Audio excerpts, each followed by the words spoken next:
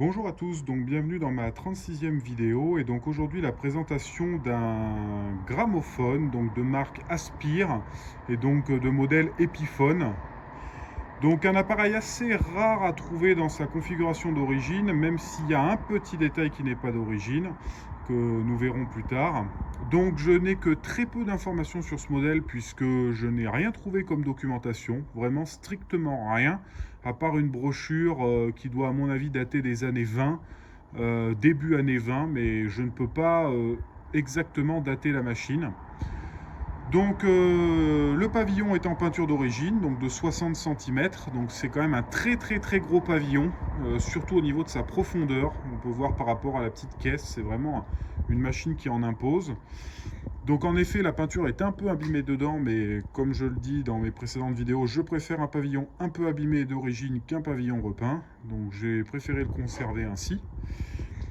Donc un énorme coude donc pour supporter ce gros pavillon très lourd. Une spécificité aussi d'Epiphone, un bras en bakélite qui est en règle générale tout le temps cassé. C'est pour ça que ces machines sont souvent pour pièces.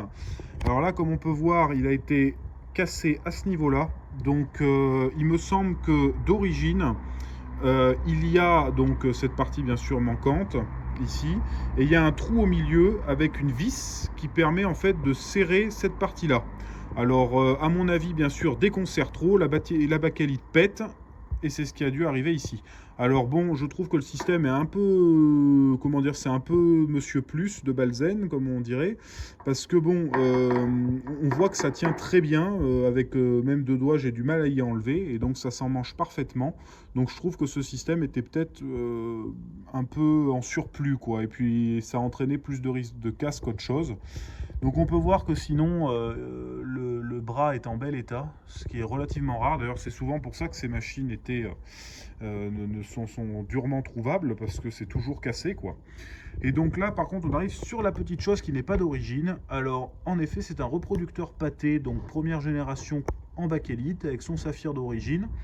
Le souci étant que je pensais que, vu que le moteur de cette machine est suisse, que la tête était forcément produite par Pathé, puisque Pathé avait l'exclusivité en fait de tout ce qui était la production autour de la reproduction à saphir et des disques à saphir.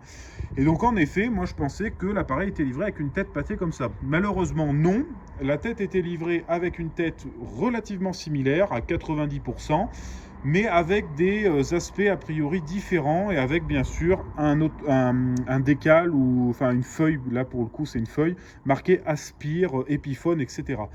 Donc je me suis renseigné auprès d'un de mes amis collectionneurs que je salue et qui m'a dit qu'il n'en avait vu qu'une seule dans toute sa carrière. Donc j'ai abandonné les recherches parce que bon je vais pas attendre 40 ans pour trouver une tête d'Epiphone. Donc ici on peut voir donc la plaque Epiphone numéro 18, donc fabriqué à Ivry. Donc c'est un moteur suisse à double barillet.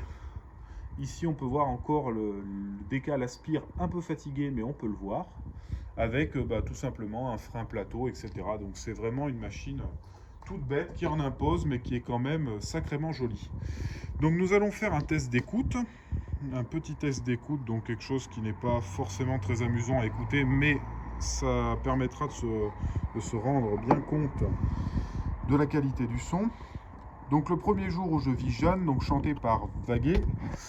Donc c'est parti, donc on relâche le frein tout bonnement et on pose la tête sur le disque.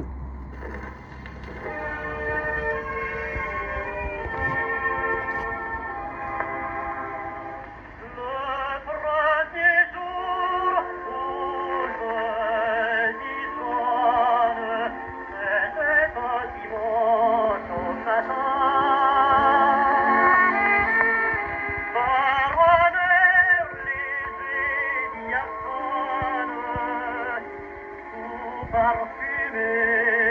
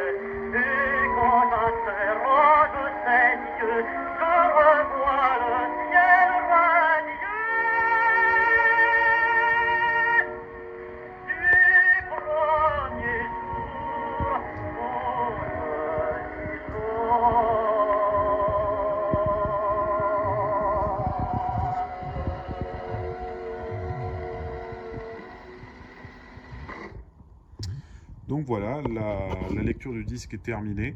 Je n'ai rien d'autre à ajouter sur la machine à part une potence assez sympa, alvéolée comme ça, avec une espèce de tresse à l'intérieur.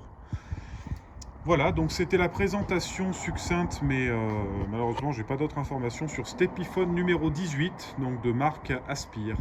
Merci de m'avoir suivi.